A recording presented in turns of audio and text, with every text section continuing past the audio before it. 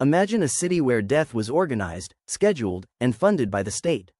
Where human lives were trained like assets, insured like property, and destroyed for public stability. In ancient Rome, killing wasn't chaos. It was policy, and it became one of history's most profitable systems. Chapter 1: Death as Infrastructure. Why Rome Needed the Games. By the 1st century CE, Rome was not simply a city. It was a pressure system. More than 1 million people lived packed into narrow streets and towering apartment blocks, many surviving on irregular work, state handouts, and rumor. Unemployment was constant. Fires, disease, and food shortages were routine. In this environment, unrest was not an exception, it was a permanent threat. Roman leaders understood this reality with brutal clarity. Stability could not be maintained by force alone. Policing a population of that size with ancient technology was impossible. Instead, control depended on distraction, ritual, and carefully managed violence. The state provided grain through the annona to prevent starvation. But food alone was not enough. The population needed release, reassurance, and reminders of who held power. Public spectacle filled that role. Executions, animal hunts, and gladiatorial combat were framed not as cruelty, but as order. Violence was presented as lawful, purposeful, and necessary. Criminals died publicly to demonstrate justice. Prisoners of war were killed to display Roman dominance. Gladiators fought under strict rules to give chaos a visible structure. What mattered was not mercy, but predictability. Over time, these events moved from occasional punishments to scheduled necessities. Games were announced in advance, funded by magistrates, and expected by the crowd. A ruler who failed to provide them risked appearing weak or indifferent. The arena became infrastructure, no less essential than aqueducts or grain depots.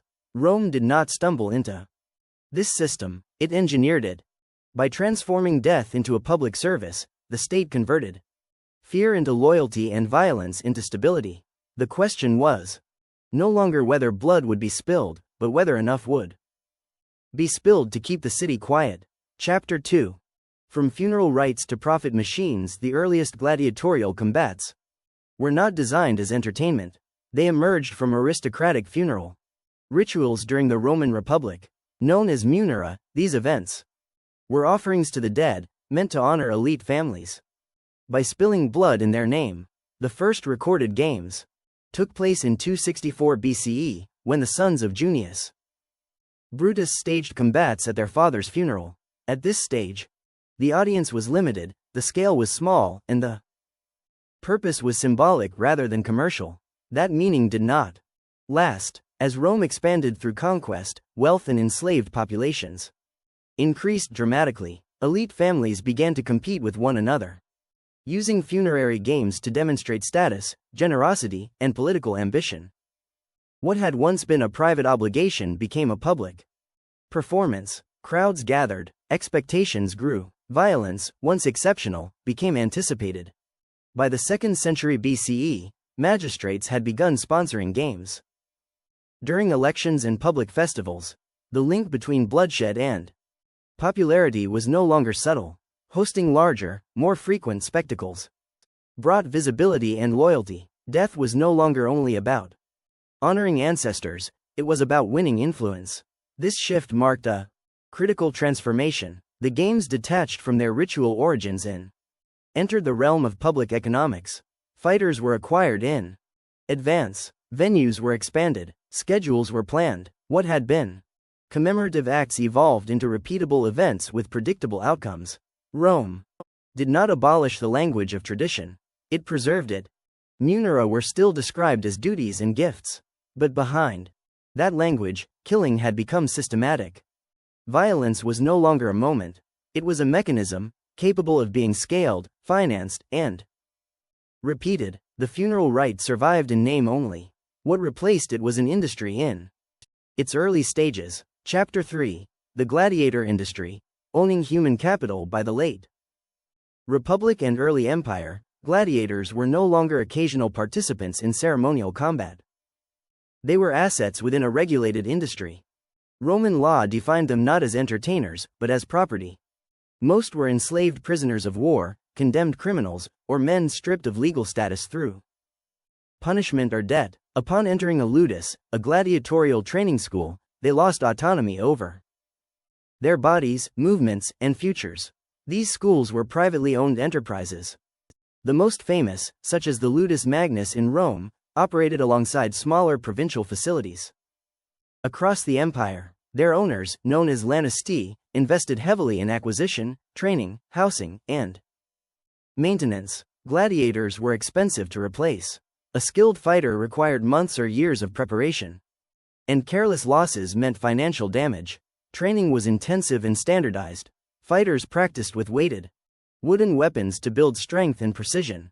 Diets were controlled, often heavy in barley and legumes, to increase body mass and resilience. Medical care was advanced by ancient standards. Archaeological and textual evidence, including the writings of Galen, confirm that gladiators received professional treatment for wounds and fractures. This care was not humanitarian. It was economic. Combat itself reflected these calculations. Matches were refereed. Weapons were regulated. Not every bout ended in death. A living, experienced gladiator could be rented repeatedly to event organizers. A dead one represented a loss, unless compensated. This created a tension at the heart of the games. Spectators demanded blood. Owners preferred survival. The arena balanced both through controlled risk. Gladiators were trained to fight well, not recklessly. Their suffering was real, but their deaths were measured. Rome had perfected a system where human endurance was maximized, not out of compassion, but because survival was profitable. Chapter 4. The real cost of a body. Pricing death. In Rome's death games, every body carried a price. Slaves, prisoners of war, and condemned criminals entered the arena already categorized by economic value. A healthy, trained gladiator represented a substantial investment, while an untrained criminal condemned ad gladium was considered expendable. This distinction shaped how lives were used and lost. Gladiators were often insured. Event sponsors, usually magistrates or imperial officials, signed contracts with lanistae that specified compensation if a fighter died. These payments could equal many times the annual wage of a laborer. Death in the arena was not only anticipated, it was itemized. Records and legal texts indicate that such contracts helped stabilize the industry, spreading risk between owners and sponsors. Those who died were not simply discarded. Bodies were stripped of equipment, which was reused. Burial fees were sometimes charged to families or associations. In some cases, gladiatorial remains were collected by admirers. Ancient sources describe the use of blood and bone fragments in cosmetics and folk remedies, believed to cure epilepsy or bring vitality. These practices, while not universal, demonstrate how deeply death was absorbed into everyday commerce. Even execution victims generated value.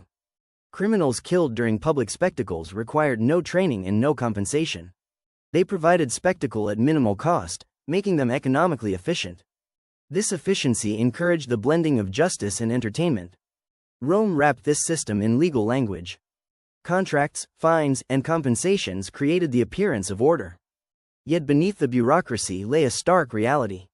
Human life had been reduced to a ledger entry. Violence was no longer chaotic or emotional. It was calculated, documented, and justified through law. The empire did not merely tolerate brutality, it regulated it.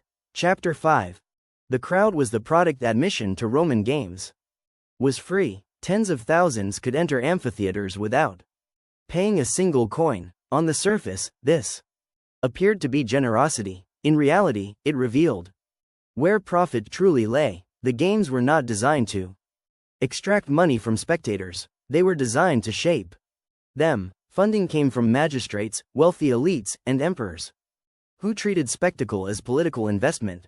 Hosting games built reputation, secured loyalty, and deflected resentment. Augustus understood this clearly. He regulated the number of games while ensuring they remained frequent enough to satisfy expectations. Later emperors expanded them dramatically. Trajan's games following the Dacian Wars reportedly lasted 123 days and involved thousands of fighters and animals. The cost was immense, and that cost was intentional. The arena functioned as mass messaging. Power was displayed visually and repeatedly.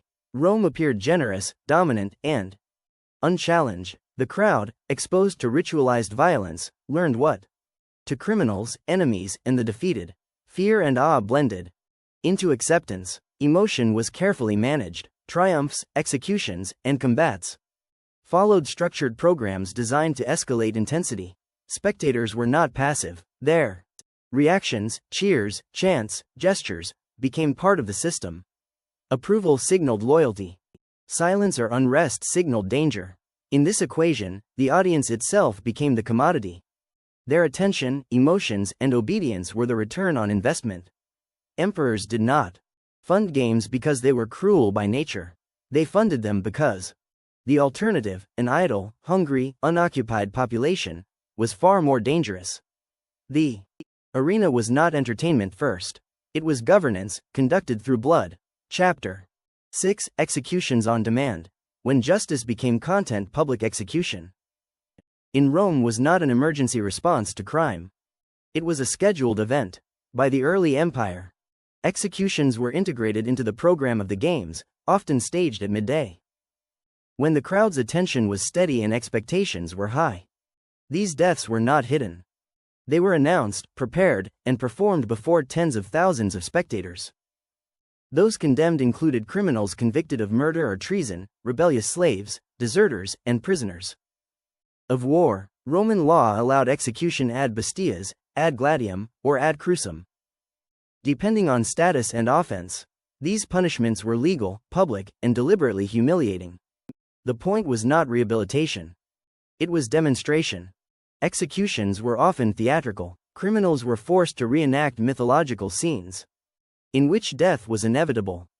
Ancient authors such as Seneca describe performances where condemned men played figures like Orpheus or Icarus, only to be killed in ways that mirrored the myths. These were not symbolic deaths. They were real, fatal conclusions to staged narratives. This blending of law and theater blurred moral boundaries. Justice became content, consumed alongside animal hunts and gladiatorial combat. Because executions followed legal verdicts, spectators were encouraged to view suffering as deserved. Responsibility shifted away from the crowd.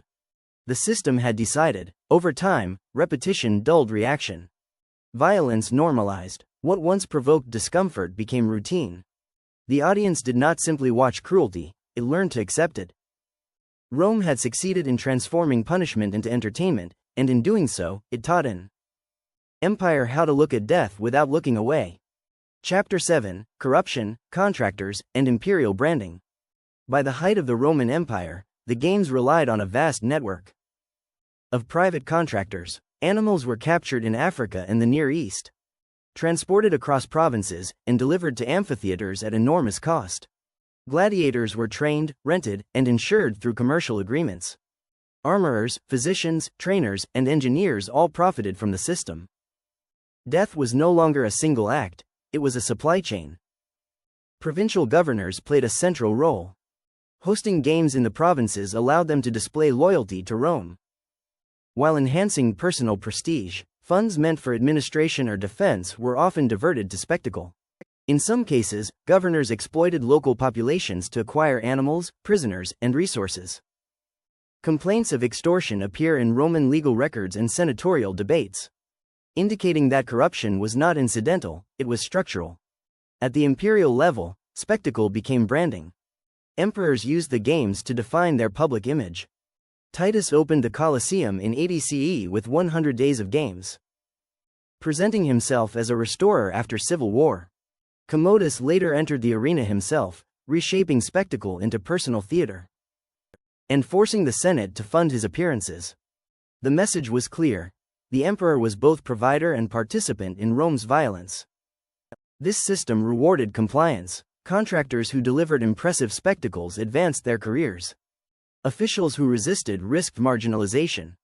Killing became professionalized. It offered income, influence, and advancement. The empire did not merely tolerate this economy, it promoted it. Violence, efficiently organized and publicly displayed, became a marker of Roman identity. The games were no longer optional celebrations. They were a statement of who ruled, and how far that power extended. Chapter 8. When the business collapsed. The Roman death games did not end with a single law or a dramatic closure of the arenas. They declined slowly, unevenly, and under pressure from multiple forces. By the 3rd century CE, the costs of maintaining large-scale spectacles were rising, while imperial revenues were shrinking. Continuous warfare, inflation, and administrative strain made the logistics of games increasingly unsustainable. At the same time, public attitudes began to shift. Philosophical criticism of the games had existed for centuries, voiced by figures such as Seneca and Cicero, but it had little effect on policy. What changed was the moral framework of power. As Christianity spread and gained imperial support in the 4th century, public killing lost some of its legitimacy. Christian writers condemned the games as spiritually corrupting, and participation became increasingly controversial among elites. Imperial policy reflected this gradual transformation.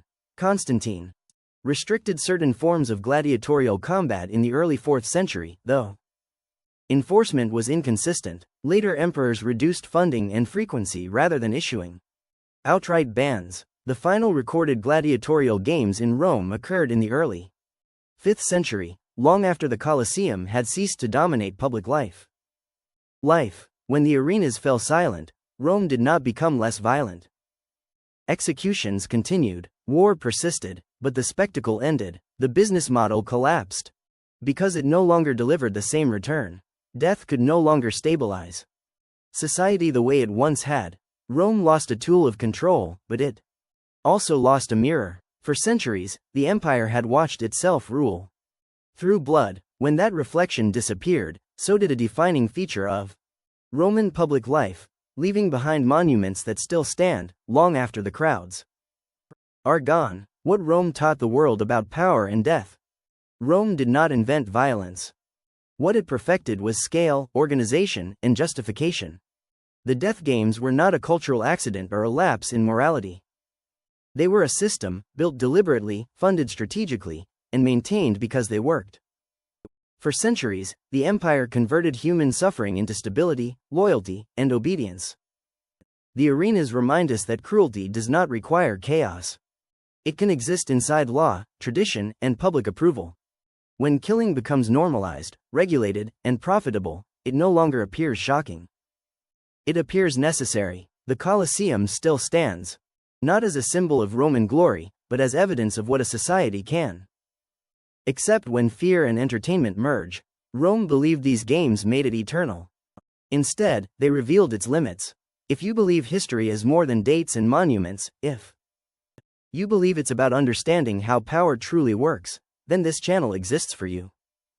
Subscribe to continue exploring the hidden systems, uncomfortable truths, and real consequences that shape the ancient world, told only through verified history. If history matters to you beyond myths and monuments, this channel is built for that purpose. Subscribe to explore how power, fear, and human behavior shape the ancient world, told only through real events, real systems, and verified history.